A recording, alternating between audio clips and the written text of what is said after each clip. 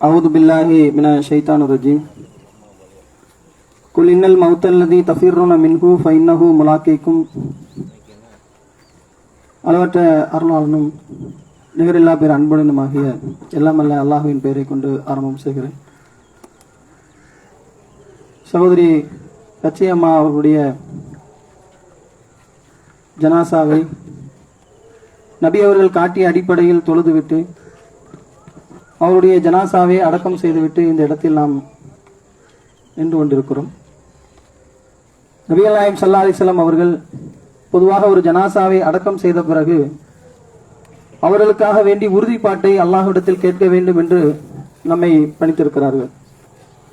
அந்த அடிப்படையில் இந்த ஜனாசாவில் நாம் கலந்து கொண்டிருக்கிறோம் என்று சொன்னால் சகோதரிக்காக வேண்டி இங்கிருந்து நாம் கலைந்து செல்வதற்கு முன்னதாக அவங்களுடைய அந்த மன்னரை விசாலமாக்குவதற்கு, அந்த மன்னரையில் கேட்கப்படக்கூடிய கேள்விகளை இலகுவானதாக ஆக்குவதற்கு, இன்னும் அல்லாஹ்விடத்திலே மறுமை நாளிலே அவங்க சிறந்த ஒரு வாழ்க்கை அடைவதற்கு நாம பிரார்த்தனை செய்ய இந்த நேரத்தில் கடமைப்பட்டிருக்கிறோம். பொதுவாக இது போன்ற ஜனாசாக்களில் கலந்து கொள்ளக்கூடிய அந்த நேரத்திலே நாம் ஒரு பாடங்களை படிப்பினையை பெற வேண்டும்.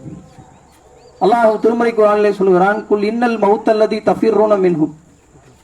மரணத்தை பற்றி, மரணத்துடைய இலக்கணத்தை பற்றி அல்லாஹ் நமக்கு சொல்லுகின்ற பொழுது, மரணம் என்று சொன்னால் அந்த மரணத்தை பார்த்து மனிதன் விரண்டு ஓடுவான்.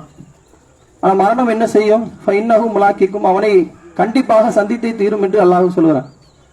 இந்த உலகத்தில் பிறந்த யாராக இருந்தாலும் ஒரு நாள் நிச்சயம் மரணத்தை சந்தித்தே தீர்வார்கள் என்ற ஒரு விஷயத்தை இந்த உலகத்தில் வாழக்கூடிய ஒவ்வொரு மனிதனும் உணர்ந்து வைத்திருக்கிறோம்.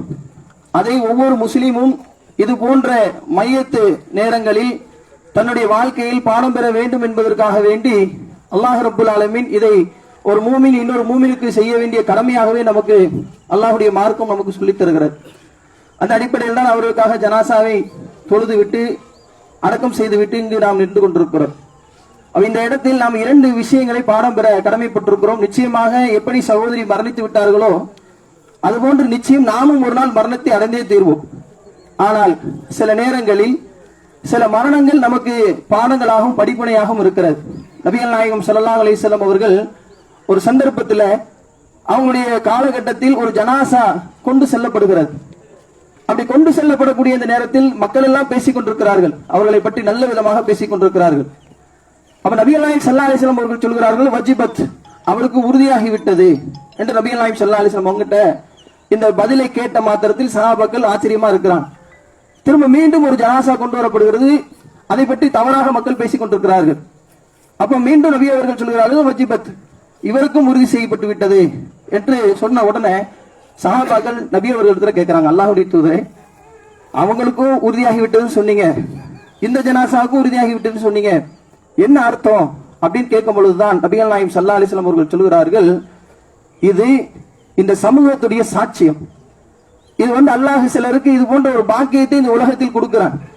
இந்த உலகத்தில் இருந்து பிரியும் பொழுதே நல்ல முறையில் வாழ்ந்தவங்க, நல்ல இபாதத்து செய்தவங்க, இவங்களால யாரும் நோவினை அடையவில்லை, இவர்களால் நிறைய பேர் நன்மை அடைந்திருக்கிறார்கள், பல நன்மையான காரியங்களை செய்யக்கூடியவர்களாக இருந்தார்கள், பல வணக்க வழிபாடில் ஈடுபாடு உள்ளவர்களாக இருந்தார்கள் என்று சொல்லி இவர்களை பற்றி பேசுகின்ற பொழுது அது இந்த சமுதாயத்துடைய ஒரு சாட்சியம் என்று நபிகள் நாயகம் ஸல்லல்லாஹு அலைஹி வஸல்லம் அவங்க சொல்லி காட்டுறாங்க. அந்த அடிப்படையில சகோதரியை பொறுத்தளவுல நல்ல வணக்க வழிபாட்டில் மிகுந்த ஆழ்ந்த சிந்தனை உடையவர்கள், மழை காலங்களில் கூட தொழுகையை பள்ளியில் நிறைவேற்ற வேண்டும் என்று வரக்கூடிய ஒரு சகோதரி, அல்லாஹ் அவருடைய மறுமையை சிறப்பாக்கி வைக்கணும், மன்னரையை சிறந்ததாக ஆக்கி வைக்க வேண்டும் என்று நாம துஆ செய்ய கடமைப்பட்டிருக்கோம். இந்த நேரத்தில் இது போன்று நாமும் மரணித்து விடுவோம் என்பதை நம்முடைய உள்ளத்தில் கவனத்தில் கொண்டு நம்முடைய வணக்க வழிபாடுகளை நாம் சரி செய்து கொள்ள வேண்டும் என்ற ஒரு விஷயத்தை நம்முடைய வாழ்க்கையில் உறுதியாக பதிவு செய்து கொண்டு இறுதியாக இப்ப சகோதரி அடக்கம் செய்து நிக்கிறோம். நாம இந்த ஜனாசாவை தூக்கி கொண்டு வரும்பொழுது ஊரே பார்க்கிறது, என்ன நோக்கத்திற்காக இங்கு வந்து அடக்கிறோம், இறந்தத வாவா நேரம் அங்க அடக்கம் செய்ய விடல, ஆனா பள்ளியில் அறிவிக்கிறாங்க. எப்படி அறிவிக்கிறாங்க? சகோதரி இறந்து விட்டவர்களை அடக்கம் செய்வதற்காக அச்சம்புதூர் பள்ளிவாசல் கொண்டு செல்லப்படுகிறது. கேவலமா இல்லை அப்படி சொல்வதற்கு? எவ்வளவு வெட்கக்கேடு, தலைகுனிய வேண்டிய விஷயம். ஒரு ஜமாத்தார்கள் இப்படி அறிவிக்கிறாங்க.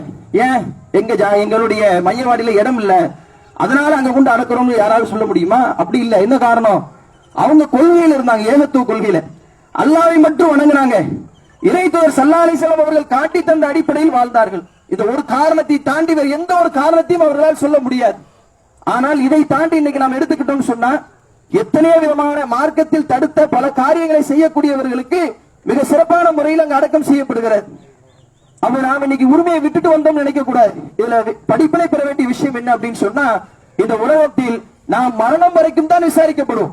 என்னுடைய மரண தருவாய் வரைக்கும் நான் மூமினாக இருக்கிறேனா, என்னுடைய மரண தருவாய் வரைக்கும் என்னுடைய இறைவனிடத்தில் நான் மரணித்து விட்டால் பதில் சொல்லக்கூடிய இடத்தில் தயாராக இருக்கிறேனா. நபி அவர்கள் சொன்னார்கள், ஒவ்வொரு மனிதனும் மரணித்து விட்டால் அந்த கபரிலே 2 வானவர்கள் வருவார்கள். வந்து கேட்பார்கள், உன்னுடைய இறைவன் யார், உன்னுடைய தூதர் யார், உன்னுடைய மார்க்கம் என்று என்ன கேள்வி கேட்பார்களே. அப்படிப்பட்ட அந்த கேள்வி கேட்கக்கூடிய நேரத்தில் அந்த கேள்விக்கு பதில் சொல்லக்கூடிய அளவிலே ஒரு உண்மையான மூமினாக வாழ்ந்து மரணித்திருக்க வேண்டும். அல்லாஹ்வுடைய கிருபை கொண்டு வெளிப்புற விஷயங்களை நாம தெளிவாக இந்த சகோதரி விஷயத்தில் அறிகிறோம். மிக தெளிவாக இந்த கொள்கையில் இருந்திருக்கிறார்கள். அல்லாஹ்வுடைய தூதர் ஸல்லல்லாஹு அலைஹி வஸல்லம் அவர்கள் சொன்ன அடிப்படையில் தன்னுடைய எல்லா செயல்பாடுகளும் அமைத்திருக்கிறார்கள். இதை ஒரு பாடமாக பெற்று நாம உயிரோடு இருக்கிற வரைக்கும் தான் இந்த கவலை. இப்ப மௌத்தாயிட்டாங்க, அவங்க அடக்கம் செஞ்சோமா இல்லையா, அது அவங்களுக்கு அல்லாஹ்வுடைய புறத்திலிருந்து அறிவிக்கப்படக்கூடிய செய்தி வேற. ஆனா அவங்களுக்கு எந்த கவலையா உண்டா? வாழ்கின்ற வரைக்கும் தான் கவலை. நாம மரணத்தை அடைந்து விட்டால் இந்த நேரத்தில் இறைவனை சந்திக்கும் பொழுது என்ன பதில் சொல்ல கடமைப்பட்டிருக்கிறோம், என்ன பதில் சொல்வதற்கு தயாராக இருக்கிறோம் என்ற ஒரு விஷயத்தை கவனத்தில் கொண்டு யாருக்கும் பயப்படாமல் இந்த உலகத்தில் யார் எதை எதிர்த்தாலும் சரி, இந்த கபரில் வைத்த பிறகு நம்முடைய சமாத்தார்கள் யாரும் வரமாட்டாங்க, நம்முடைய அஜர்த்துமார்கள் யாரும் வரமாட்டாங்க, நம்முடைய சொந்த பந்தங்கள் யாரும் வராது. நாம் தன்னந்தனியாக தனித்து நிறுத்தப்படுவோம் என்பதை அல்லாஹ்வுடைய தூதர் ஸல்லல்லாஹு அலைஹி வஸல்லம் அவர்கள் ஒரு ரிவாயத்தில் நமக்கு சொல்லித் தருகிறார்கள். ஒரு ஜனாசாவை அடக்கம் செய்துவிட்டால் இங்க எல்லோரும் துஆ செய்துவிட்டு கலைந்த மாத்திரத்தில் அந்த ஜனாசாவுக்கு அல்லாஹ்வுடைய தூதர் ஸல்லல்லாஹு அலைஹி வஸல்லம் சொல்றாங்க, சிரிப்பின் ஓசை அந்த ஜனாசா கேட்கும் என்று சொல்லி. ஏன்? தனிமைப்படுத்தப்பட்ட, இதுவே இந்த உலகத்தில் உனக்கு யாருடைய துணையும் இல்லை, யாரும் வந்து உனக்கு நிற்க முடியாது என்பதை ஒவ்வொரு ஆத்மாவும் உணர வேண்டும் என்பதற்காக வேண்டி அல்லாஹ் இப்படிப்பட்ட ஒரு ஏற்பாடை வைத்திருக்கிறான். அப்போ இந்த நேரத்தில் நாம ஒரு உறுதிப்பாட்டை எடுக்க வேண்டும். இந்த உலகத்தில் யார் நமக்கு துணை இருந்தாலும் சரி, யார் இல்லாவிட்டாலும் சரி, இந்த கொள்கையில இந்த மார்க்கத்துல பிடிப்போடு இருந்து அல்லாஹ்விற்காக வேண்டி வாழ வேண்டும் என்ற தூய்மையான எண்ணத்தோடு அல்லாஹ் குர்ஆன்ல அதைத்தான் நமக்கு சொல்லுகிறான். என்னுடைய வாழ்வு, என்னுடைய மரணம், என்னுடைய இபாதத் எல்லாம் லில்லாஹி ரப்பில் ஆலமீன், அகிலத்தின் இறைவனுக்காக என்ற அந்த உறுதிப்பாடு நம்ம எல்லோரும் இருக்க வேண்டும் என்பதை இந்த சகோதரருடைய இந்த ஜனாசாவின் வாயிலாக நாம் உறுதி கொள்ள வேண்டும். எல்லா மக்களும் பாக்குறாங்க, மாற்றமா சோழர்கள் எப்படி பாக்குறாங்க தெரியுமா? இன்னைக்கு அச்சீவ்மெண்ட் இறந்துட்டாங்களா, எப்படி நம்ம ஒரு செய்தியை கேள்விப்படலன்னு கேட்கும் பொழுது, இல்ல வெளியூர்ல வாகனத்துல இறந்துட்டாங்க, அதனால இங்க வந்து அடக்கம் பண்றாங்க. சிந்திக்க மாட்டான். அதை பார்க்கும் போது கேட்கும் பொழுது அவங்களுக்கு ஒரு சிந்தனை வராது, இதனால் இந்த தாயாரை அங்க அடக்கம் செய்ய விடாம இங்க வந்து அடக்கம் பண்றான். அப்ப இது அல்லாஹ்வுடைய கிருபை கொண்டு இந்த தாயார் இறந்து விட்டாலும் கூட இவங்களுடைய ஜனாசாவை வைத்து அல்லாஹ் அவங்களுக்கு இந்த ஏகத்துவத்தை கொண்டு சேர்ப்பான். இது நபிகள் நாயகம் ஸல்லல்லாஹு அலைஹி வஸல்லம் அவர்கள் இதனுடைய ஜனாசாவை வைத்து இது போன்றெல்லாம் நடக்கும் என்பதை நமக்கு சில சந்தர்ப்பங்களில் சொல்லி தந்திருக்கிறார்கள். அப்படிப்பட்ட பாடம் தரக்கூடிய ஒரு மையத்தாக இது அமைந்திருக்கிறது. அல்லாஹ் ரப்பல் ஆலமீன் இந்த நேரத்தில் இந்த சகோதரிக்காக இங்க வந்திருக்கக்கூடிய சகோதரர்கள் அதிகமாக அல்லாஹ்விடத்துல அவங்களுடைய கபர் வாழ்க்கைக்காகவும் அவங்களுடைய மர்ம வாழ்க்கைக்காகவும் துஆ செய்து கலையுமாறு கேட்டுக்கொள்வோம்.